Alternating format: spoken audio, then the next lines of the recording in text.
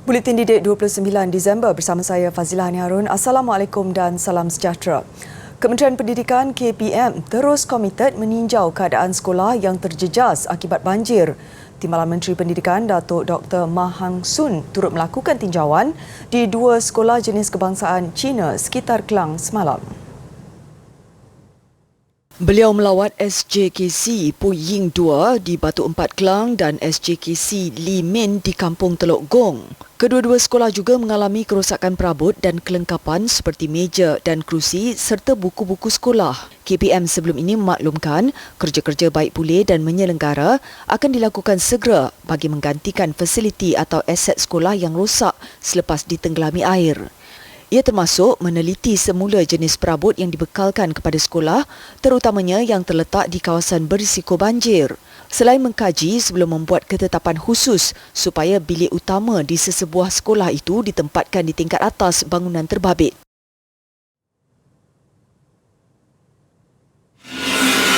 Dalam pada itu meneruskan misi bantuan pasca banjir ialah sukarelawan bantuan bencana Guru Pewaris Negara KPM. Pasukan yang terdiri daripada sukarelawan Guru Pewaris Negara Maran, Pejabat Pendidikan Daerah Maran, Majlis Pengetua Sekolah Menengah, Majlis Guru Besar dan pasukan ECRL telah bekerjasama membersihkan SK Cenur, Maran, Pahang.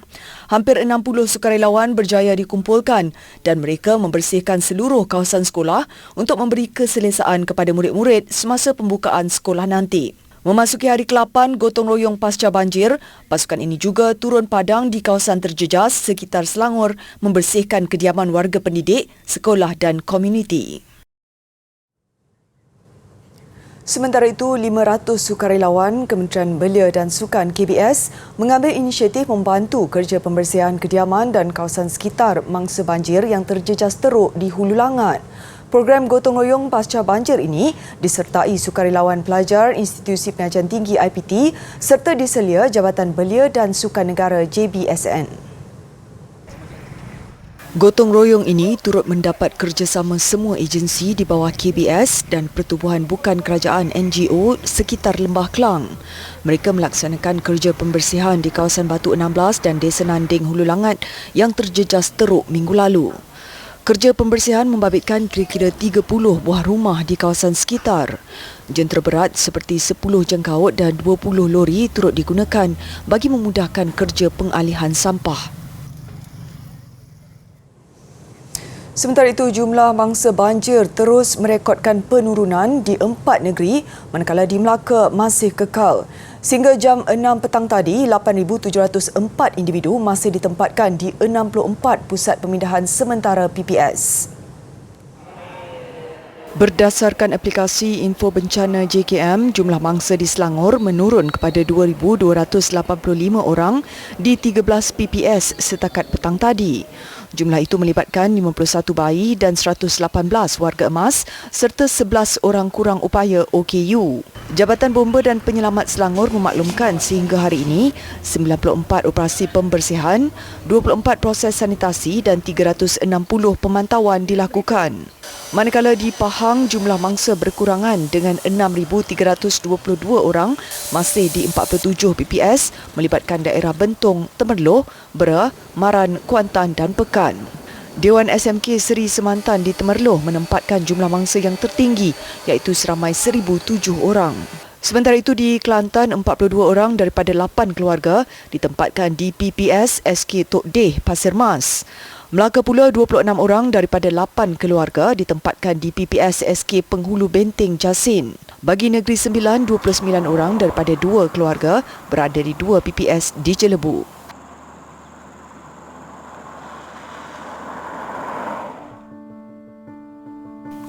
Sumbangan bantuan bencana banjir. Anda boleh menyalurkan sumbangan anda kepada Yayasan Didik Negara menerusi akaun bank tertera. Sumbangan berbentuk barangan pula boleh disalurkan ke Pusat Pengumpulan Barang YDN.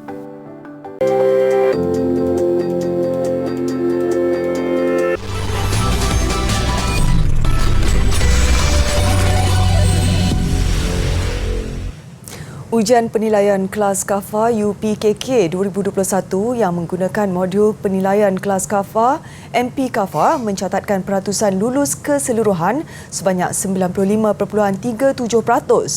Pelaksanaan UPKK pada 15 hingga 30 November lalu membabitkan 464,605 calon iaitu murid tahun 6 2020 dan murid tahun 5 2021. Ujian penilaian ini melibatkan 8 mata pelajaran yang diuji dalam bentuk amali dan lisan oleh guru KAFA. 8 mata pelajaran itu terdiri daripada amali solat, penghayatan cara hidup Islam, Al-Quran, ulum syariah, sirah, adab, jawi dan had serta lugah Al-Quran.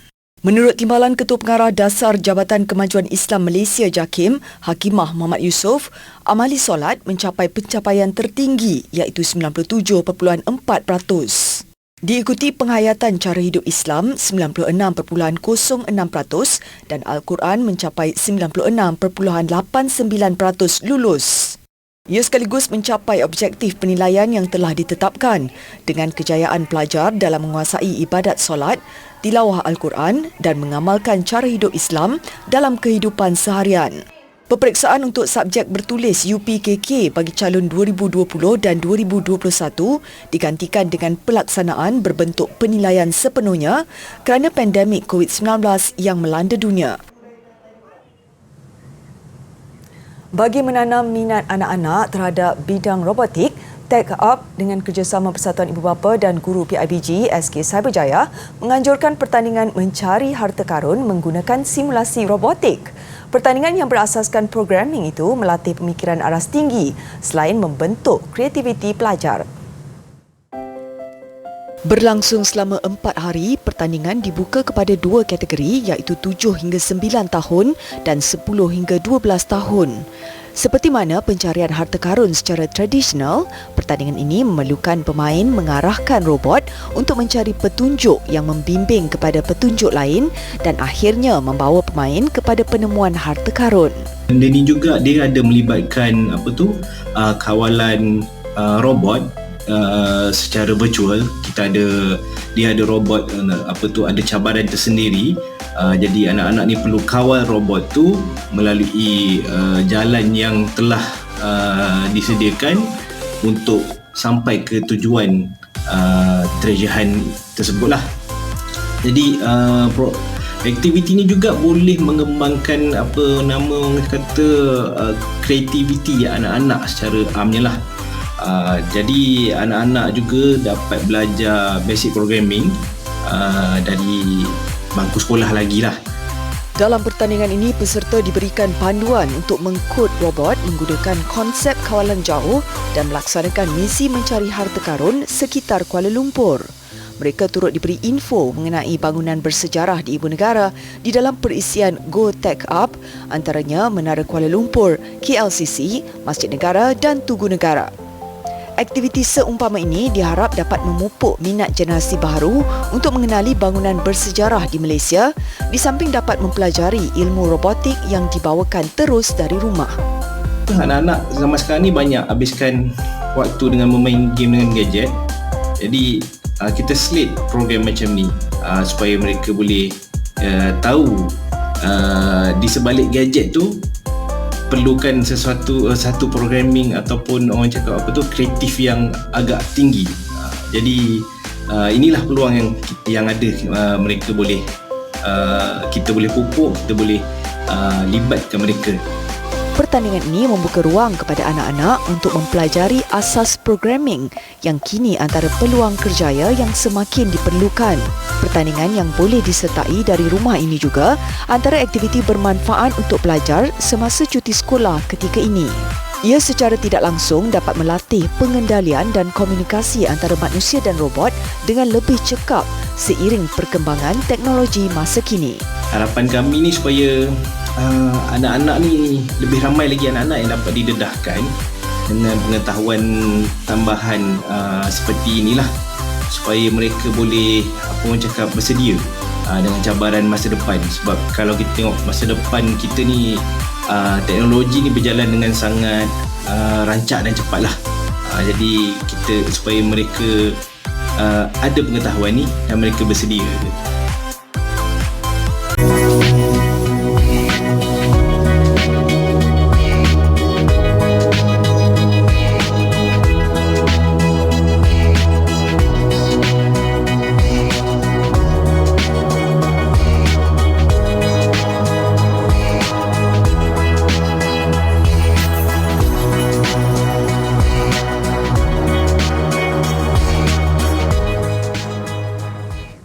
Bertemu kembali. Hong Kong suatu ketika dahulu sangat terkenal dengan papan tanda berlampu neon yang meriah dan berwarna-warni.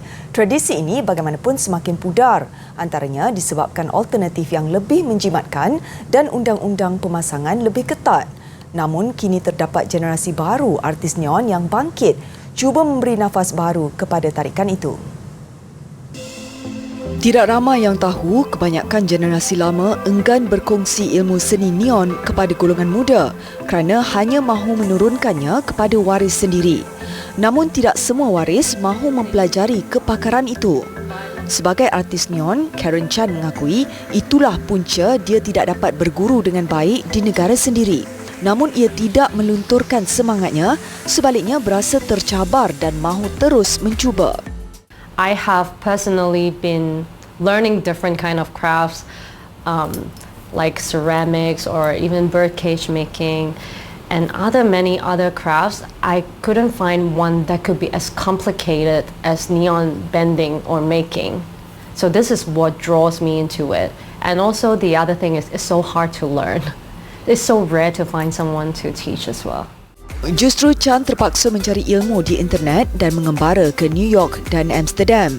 Di sana terdapat komuniti global yang sentiasa mahu berkongsi ilmu secara terbuka berbanding generasi lama di Hong Kong yang menganggap seni itu adalah rahsia. Difahamkan Chan kini satu-satunya wanita yang bekerja dalam industri didominasi lelaki itu. Ketika ini dia mengendalikan projek The Neon Girl bersama 6 artis neon lain di serata dunia. Menyifatkan seni membengkokkan kaca neon setanding dengan sukan Olimpik yang memerlukan tenaga, ketepatan dan fleksibiliti, Chan berharap hasil kerjanya mampu memecah sempadan perspektif terhadap seni lampu neon yang sebenarnya mampu diberi nafas baru.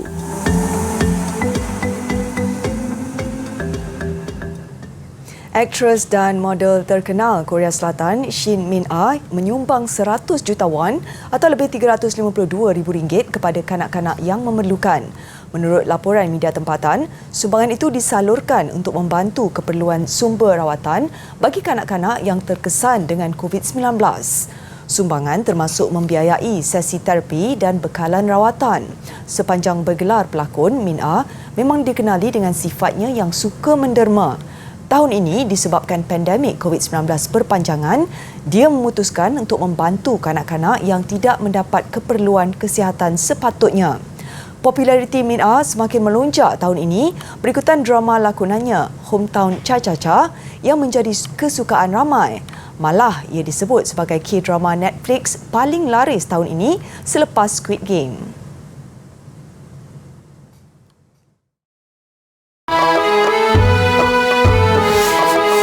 Mengapa lalang menjadi subur?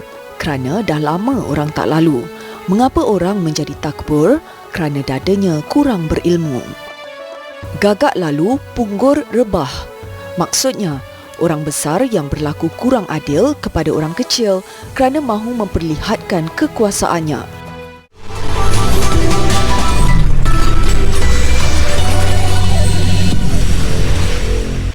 Sukan jurulatih negara akan dapat mengenali pemain bimbingan mereka dengan lebih baik dan mengambil pendekatan lebih berfokus di bawah struktur baru yang diumumkan.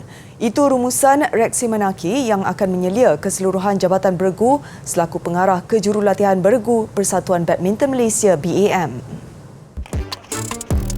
Reksi optimis dengan melatih jumlah pemain yang lebih rendah, jurulatih dapat mengetahui lebih jelas keperluan mereka dan dapat berusaha lebih baik ke arah kejayaan. Bekas juara Olimpik dan juara dunia yang kembali ke BAM sebagai timbalan pengarah kejurulatihan pada 1 Disember juga percaya struktur baru ini dapat meminimumkan masalah di pihak kejurulatihan.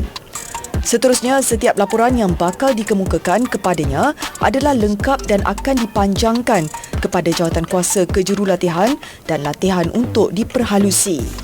Reksi mengakui untuk melakukan perubahan daripada sistem sedia ada kepada satu sistem baru bukannya mudah. Namun beliau berharap dengan pendekatan baharu ini dan penjelasan yang lebih baik, prestasi pemain akan bertambah baik tahun hadapan. BM turut memaklumkan pengarah kejurulatihan Wong Chun Han akan kembali memikul tanggungjawab selaku pengarah Jabatan Perseorangan. Bagi Chung Han, perubahan itu adalah untuk kebaikan masa hadapan dan mengakui terdapat kelewatan dalam proses membuat keputusan dalam struktur sebelumnya. Dengan tekad untuk menumpukan kepada struktur perseorangan, Chung Han juga yakin kepakaran reksi mampu membentuk barisan beregu kebangsaan yang lebih mantap dan berdaya saing.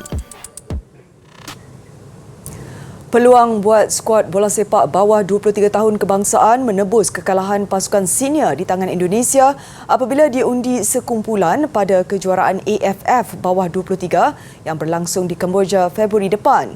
Yang pasti, satu lagi tugasan getir buat jurulatih Brad Maloney selepas berjaya mengemudi pasukan bawah 22 tahun negara ke Piala Asia di Uzbekistan Jun tahun depan. Pada majlis undian yang berlangsung secara dalam talian hari ini, selain juara bertahan Indonesia, Myanmar dan Laos turut diundi bersama Malaysia dalam kumpulan B. Kumpulan A menampilkan tuan rumah, Kemboja, Timor Leste, Filipina dan Brunei. Manakala saingan lebih sengit dalam kumpulan C apabila Thailand, Vietnam dan Singapura bakal berentak. Hanya 3 juara kumpulan dan 1 naib juara kumpulan terbaik layak ke separuh akhir. Pencapaian terbaik Malaysia pada edisi 2005 di Thailand yang menyaksikan skuad negara menamatkan saingan dalam kelompok 4 terbaik. Kejuaraan di Phnom Penh dijadual berlangsung pada 14 hingga 26 Februari tahun depan. Ia pastinya gelanggang terbaik buat Maloney dalam memperkasakan persiapan skuad bawah 22 tahun negara ke Piala Asia di Uzbekistan.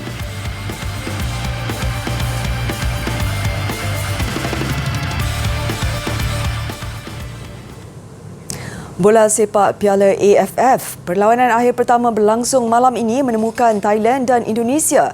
Di atas kertas, Thailand diletakkan selaku pilihan. Namun, perwatakan kental barisan muda Indonesia menjanjikan saingan menarik sekaligus bakal menampilkan perlawanan lebih seimbang. Pencapaian cemerlang Thailand sejak penganjuran pertama Piala AFF pada 1996 pastinya bukan lagi boleh dijadikan ukuran. Namun, rekod juara 5 kali tetap membayangkan reputasi hebat Thailand yang satu ketika dahulu pasukan paling digeruni di Asia Tenggara. Kejayaan menyingkirkan juara bertahan Vietnam pada separuh akhir seolah memberi petanda skuad kendalian jurulatih Mano Polking kelahiran Brazil ini bakal kembali bergelar pasukan nombor 1 Asia Tenggara. Gandingan dua penggempur sensasi Terasil Dangda dan Shanatip Songkrasin dijangka sekali lagi menjadi tunjang kekuatan Thailand. Kali terakhir Thailand bergelar juara pada 2016, ironinya menewaskan Indonesia dengan agregat 3-2.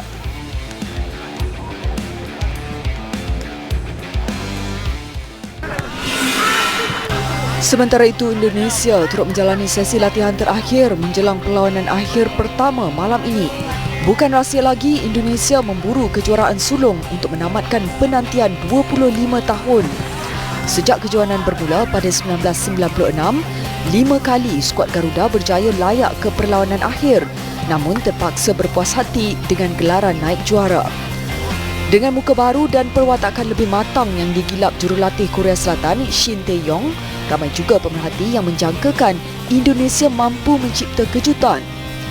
Setakat ini Indonesia mengekalkan rekod tanpa kalah dan paling menarik, mengekang juara bertahan Vietnam dengan keputusan tanpa jaringan selain menewaskan tuan rumah Singapura dengan agregat 5-3 pada separuh akhir.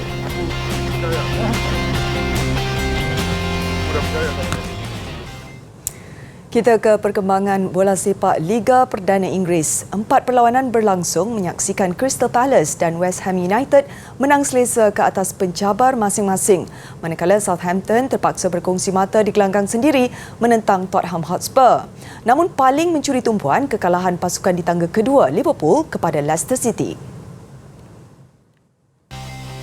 Jaringan tunggal Ademola Lookman pada minit ke-59 sudah memadai buat Leicester meraihkan kejayaan bermakna ke atas Liverpool.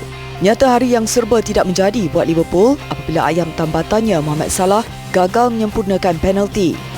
Ini kali pertama The Reds gagal menjaringkan gol dalam saingan Liga sejak Mac lalu. Selepas 19 perlawanan, Liverpool ketinggalan 6 mata di belakang pendahulu Manchester City yang mengumpul 47 mata. Skuad kendalian Jurgen Klopp itu akan berdepan satu lagi tugasan sukar menentang Chelsea di arena lawan Isnin nanti.